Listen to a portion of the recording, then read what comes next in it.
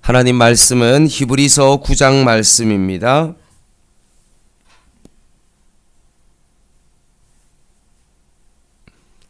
히브리서 9장 말씀 한 절씩 교독하겠습니다. 히브리서 9장입니다.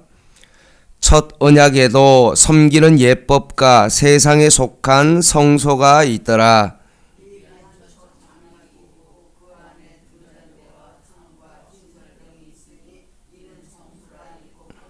또 둘째 휘장 뒤에 있는 장막을 지성소라 일컫나니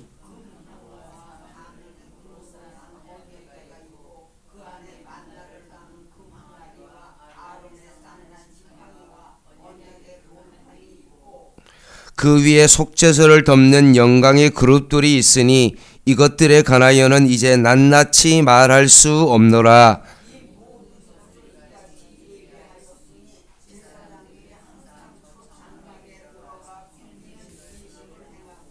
오직 둘째 장막은 대제사장이 홀로 1년에 한 번 들어가되 자기와 백성의 허물을 위하여 드리는 피 없이는 아니하나니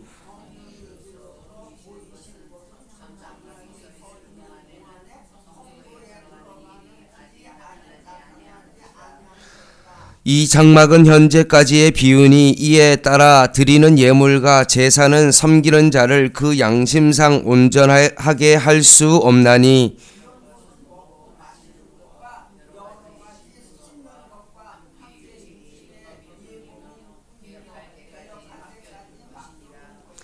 그리스도께서는 장래 좋은 일의 대제사장으로 오사 손으로 짓지 아니한 것 곧 이 창조에 속하지 아니한 더 크고 온전한 장막으로 말미암아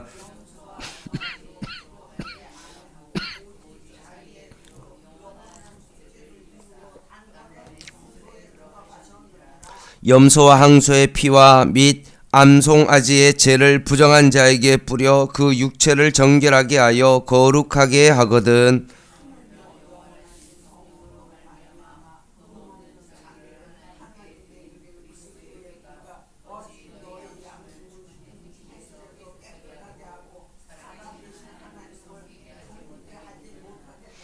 이로 말미암아 그는 새 언약의 중보자시니 이는 첫 언약 때의 범한 죄에서 속량하려고 죽으사 부르심을 입은 자로 하여금 영원한 기업의 약속을 얻게 하려 하심이라. 유언은 그 사람이 죽은 후에야 유효한즉 유언한 자가 살아있는 동안에는 효력이 없느니라. 모세가 율법대로 모든 계명을 온 백성에게 말한 후에 송아지와 염소의 피 및 물과 붉은 양털과 우슬초를 취하여 그 두루마리와 온 백성에게 뿌리며 또한 이와 같이 피를 장막과 섬기는 일에 쓰는 모든 그릇에 뿌렸느니라.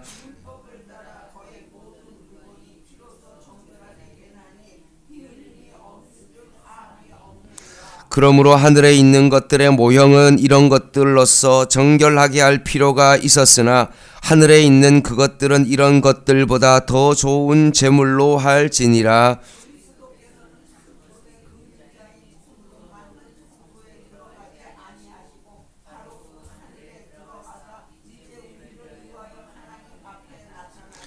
대제사장이 해마다 다른 것의 피로써 성소에 들어가는 것 같이 자주 자기를 드리려고 아니하실지니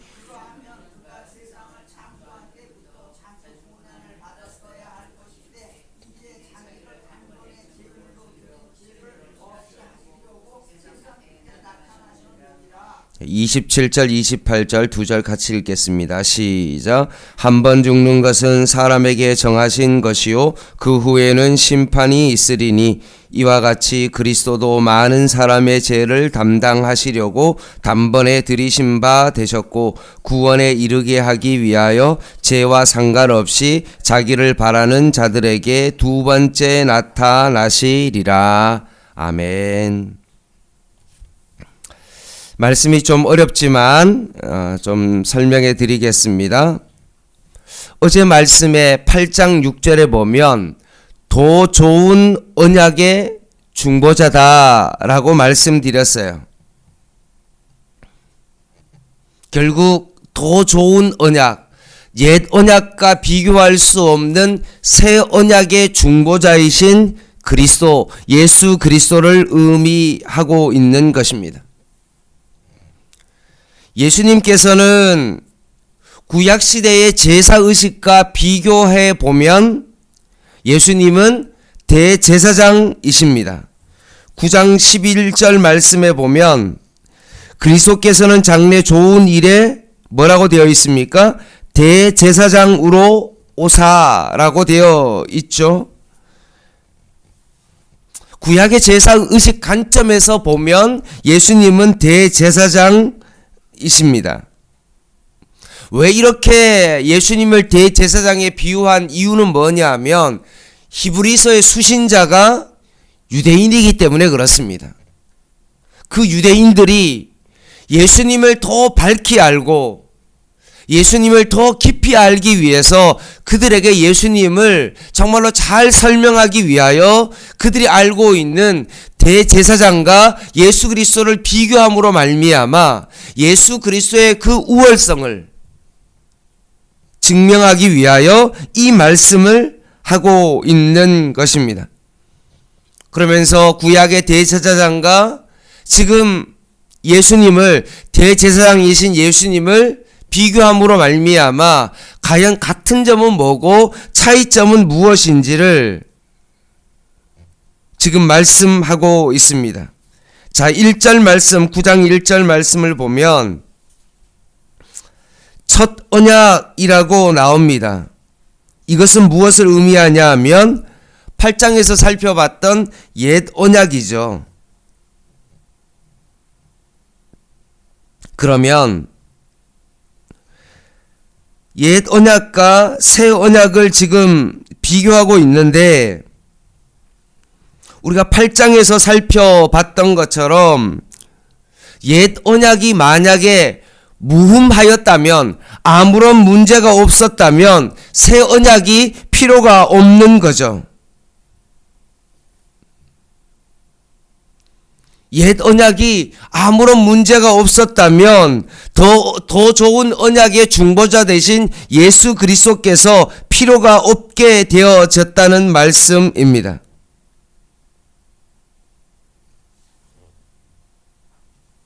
그런데 옛 언약이 완벽하지 않기 때문에 무음하지 않기 때문에 결국 새 언약이 필요했고 그렇다면 그럼 옛 언약은 아무런 쓸모가 없는 것이냐라고 했을 때 그것은 아니고 23절 말씀에 보면 옛 언약은 무엇입니까?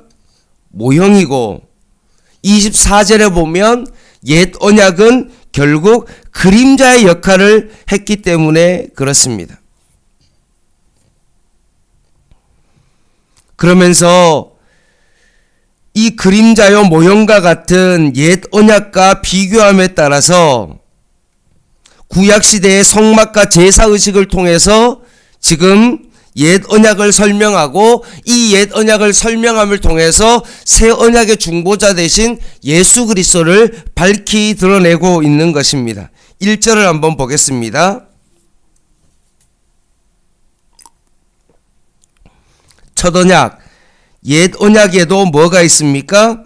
섬기는 예법과 세상에 속한 뭐가 있죠? 성소가 있다라고 말씀합니다. 그러면 이제 그 성소에 대해서 구체적인 설명이 2절에 나오고 있죠. 예비한 첫 장막이 있고 여기서 첫 장막은 무엇을 의미합니까? 성소를 의미하죠. 성막은 이실로 구별되어 있죠. 앞에 첫 장막은 무엇을 의미합니까? 성소이고 그리고 그 더 안으로 들어가면 두 번째 칸이 있는데 그 칸은 뭡니까? 지성소가 있습니다. 지성소 안으로 들어가려면 성소를 통과해야만이 지성소 안으로 들어갈 수 있는 것입니다. 그러니까 성소는 결국 첫 관문과 같은 통로의 장소이죠. 이 성소를 오늘 헬라어에서는 하기오스라고 그렇게 표현하고 있는데 그것은 바로 거룩함이라는 뜻을 가지고 있습니다. 이것이 구약으로 가면 히브리어로 가면 카도시라는 단어로 쓰여졌는데 같은 거룩함인데 이 성소가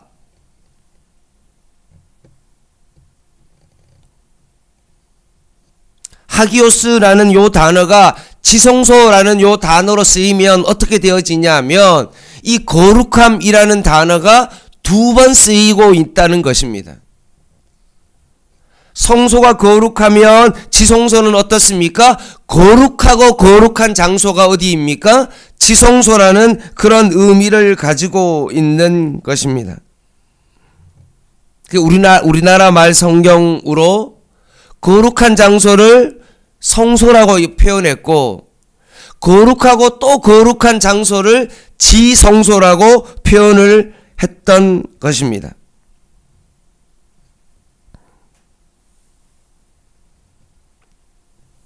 자, 그러면 3절의 둘째 휘장 뒤에 있는 장벽을 지성소라고 이야기했는데 4절의 그 지성소 안에는 뭐가 있습니까? 언약궤가 있죠. 그리고 5절에는 거기에 뭐라고 되어 있냐면 속죄소로 표현하고 있는 언약의 덮개가 있고 그리고 그 언약을 결국 두 천사가 날개를 펴면서 그 언약궤를 덮고 있다는 말씀입니다. 그래서 그 언약궤가 있는 그 지성소는 거룩하고 거룩한 그 장소는 어떻습니까? 하나님이 임재하는 어떤 그런 상징적인 장소였습니다. 근데 그 지성소는 7절에 보니까 뭐라고 되어 있냐면 둘째 장막이라고 표현하고 있는데 거기에는 대제사장이 홀로 1년에 한 번 들어갑니다. 7월 10일 날 대속죄일에만 제사장이 그 안에 들어갑니다. 그러니까 성소에는 일반적으로 제사장이 대부분 활동하는 그 장소였고 이 지성소는 대제사장이 1년에 딱 한 번 들어갑니다.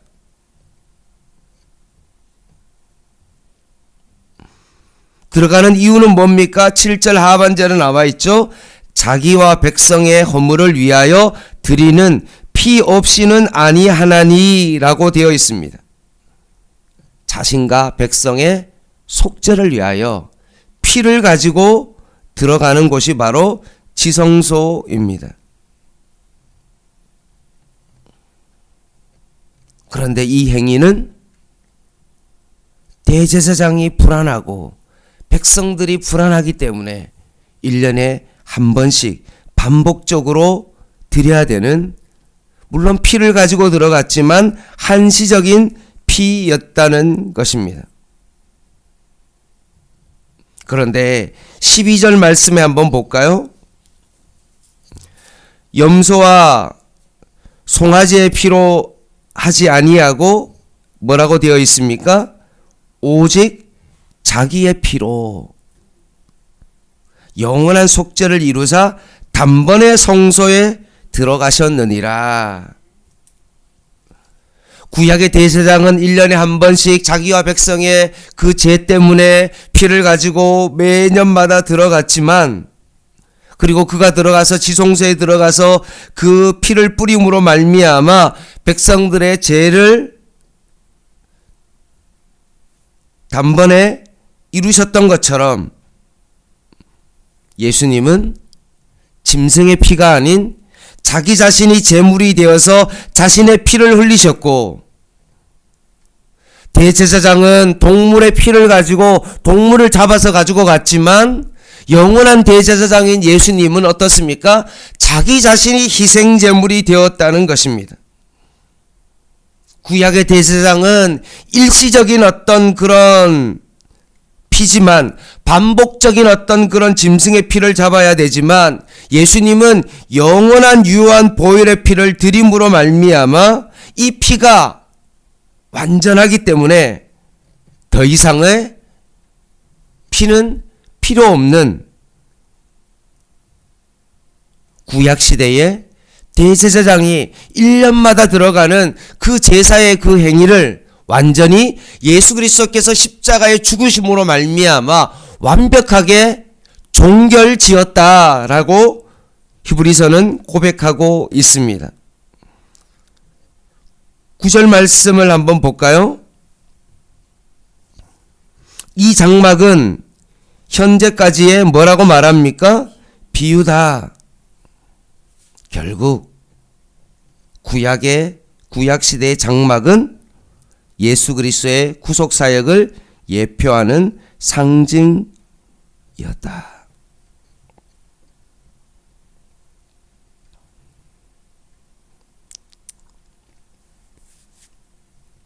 짐승의 피가 더 이상 필요 없이 예수 그리스도의 피로 모든 장막을 덮어버렸다.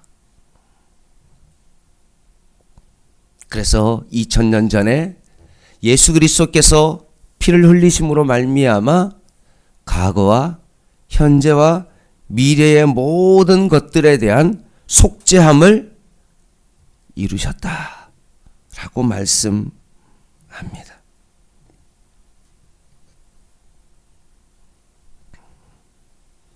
그래서 무세부조하신 하나님께서 이제는 지성소에만 계시지 아니하시고 이 세상 어디에나 계시고 결국 더 좋은 언약의 중보자 되신 그 예수 그리스도를 통해서 우리는 하나님을 만날 수 있는 그 길이 열리게 되었다는 것입니다. 2000년 전에 단번에 십자가의 죽으심으로 말미암아 그 모든 구약의 제사의 모든 것들을 완벽하게 이루신 그 예수님의 그 피가 오늘도 우리가 그 피를 믿는 우리에게 유효하여 결국 단번에 속죄를 받을 수 있었고 우리가 그 영원한 대제사장의 그 십자가의 피로 말미암아 하나님 앞으로 우리가 나아갈 수 있게 되었다라고 말씀하십니다.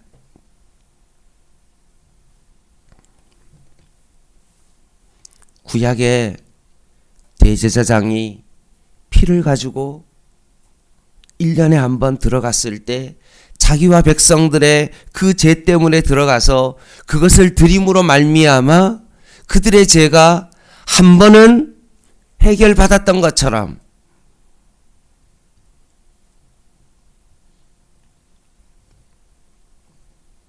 구약의 그 대제사장의 그 행위로 말미암아 죄가 해결되었는데 하물며 이 세상을 창조하신 그 하나님이신 그 예수 그리스도가 십자가의 죽으심으로 말미암아 어떻게 우리를 정결케 하지 않겠느냐 라고 말씀하십니다. 그러면 우리가 매년마다 구약의 제사처럼 들어가지 아니하고 예수 그리스도의 피로 말미암아 그 장막을 덮으시고 우리의 모든 죄가 깨끗하게 되어졌는데 그러면 우리가 이제는 속죄함을 받은 우리가 단번에 제사함을 받은 우리가 어떻게 살아가야 되느냐 할 일은 뭐냐라고 되어 있을 때 26절에 나옵니다.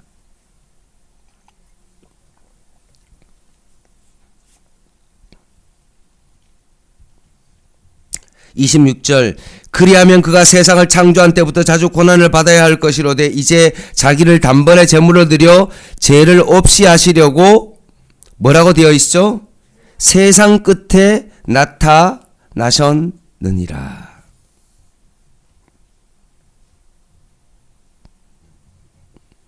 예수님의 초림은 무엇을 의미합니까?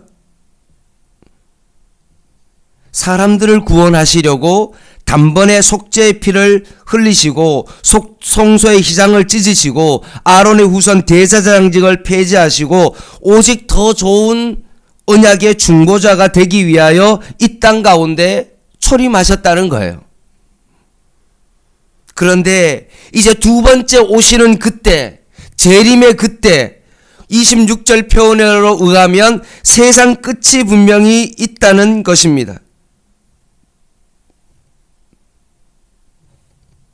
결국 속죄받은 우리는 단 한 번의 예수 그리스도께서 십자가의 죽으심으로 말미암아 우리가 속죄함을 받은 우리는 어떻게 살아가야 되느냐? 그러면 26절 말씀에 있는 것처럼 세상 끝을 바라보며 살아가야 된다.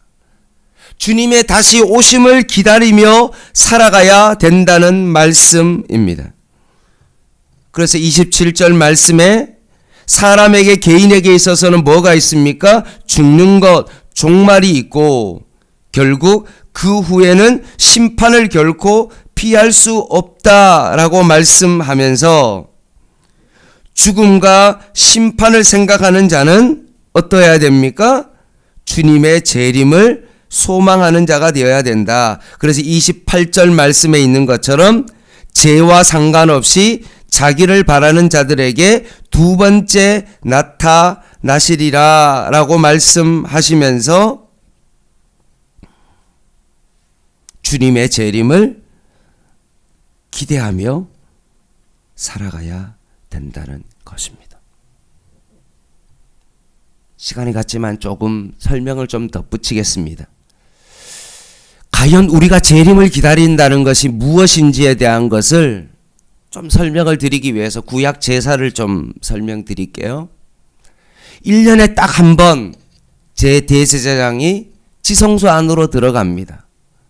대부분 제사장의 역할은 성소에서 있었고 그 지성소 안으로는 대제사장이 한 번 들어가는데 들어가는 이유가 뭡니까? 자기의 죄와 백성들의 죄를 가지고 들어가는 거예요. 대제사장이 들어갈 때 어떤 마음일까요? 만약에 대제사장이 만약에 나오지 않는다. 방울 소리가 들리지 않는다. 활동하면은 땡땡땡땡땡땡 소리가 들리는데 소리가 들리지 않는다. 그럼 어떻게 해야 될까요? 줄로 끌어내야 돼요. 들어갈 수 없으니까. 어떤 마음일까요? 내 죄가 속하기 위해서는 어떻게 해야 됩니까? 제사장이 살아나와야 되죠. 그러니까 제사를 드리는 모든 사람들과 백성들은 어떤 마음입니까? 제발 제사장이 살아나와야 된다. 그런 마음으로 제사장을 기다리는 거죠. 마찬가지로 우리도 주님의 재림을 어떻게 기다려야 된다는 겁니까? 이런 마음을 가지고 기다려야 된다는 거예요. 주님의 오심을 기다리는 그 마음이 제발 살아나야 된다. 살아서 돌아와야만이 내 죄가 정말로 깨끗하게 씻음 받았다는 것을 의미하는 것처럼 대제사장이 살아나오는 것과 마찬가지로 죽지 않고 다시 살아나야 되는 어떤 그런 마음을 가지고 우리가 주님의 재림을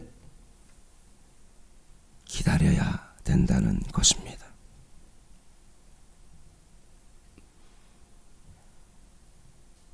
그래야만이 구약의 그 제사가 완전해지는 것과 마찬가지로 제사장이 나와야만이 이 제사가 종결되어지는 것과 마찬가지로 예수님께서 다시 이 땅 가운데 재림하셔야만이 그 구원이 어떻게 되어집니까? 완성되어진다는 거죠. 이런 기대와 소망을 가지고 우리가 이 세상 끝을 바라보며 살아가야 된다는 거죠.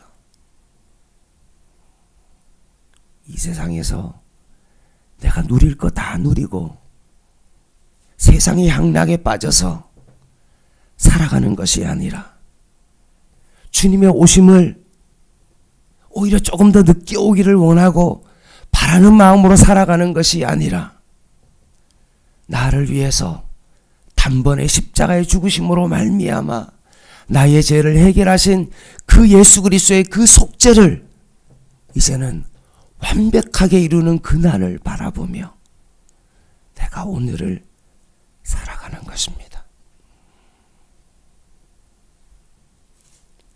이것이 바로 우리가 대제사장을 영원한 언약의 중보자 되신 그 대제사장이신 예수 그리스도를 바라보는 우리의 마음이 되어야 되는 것입니다. 오늘도 내가 죽음을 생각하며 심판을 의식하며 살아갈 수 있는 저와 여러분 되기를 주님의 이름으로 부탁을 드립니다. 기도하겠습니다.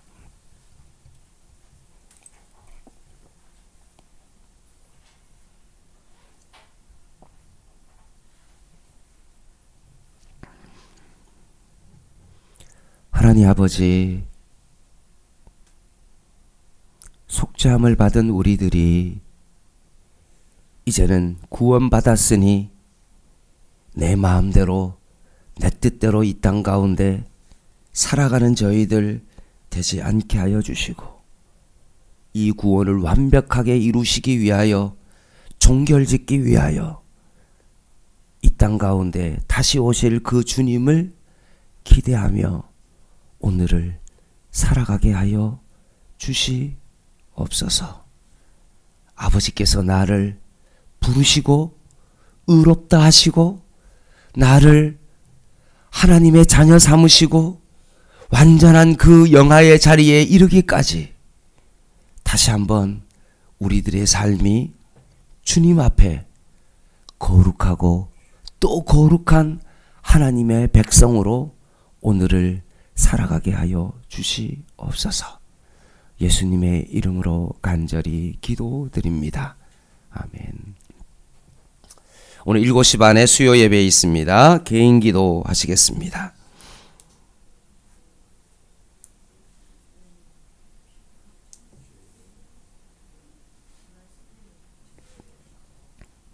하나님, 주님 오시는 그날까지 더 거룩함으로 주님 앞에 설날을 바라보며 성숙한 삶으로 더 깊은 영성으로 오늘을 살아가게 하여 주시옵소서. 내 마음대로 내 뜻대로 살아가지 아니하고 주님께서 원하시는 그 거룩함으로 교회적 존재로 나를 부르신 하나님의 뜻 가운데 오늘도 살아가게 하여 주시옵소서. 대제사장이 살아 다시 돌아와야 되는 것처럼 예수님이 다시 이 땅 가운데 오실 그날이 있어야 됨을 고백하며 오늘도 소망하며 기다리며 살아가게 하여 주시옵소서.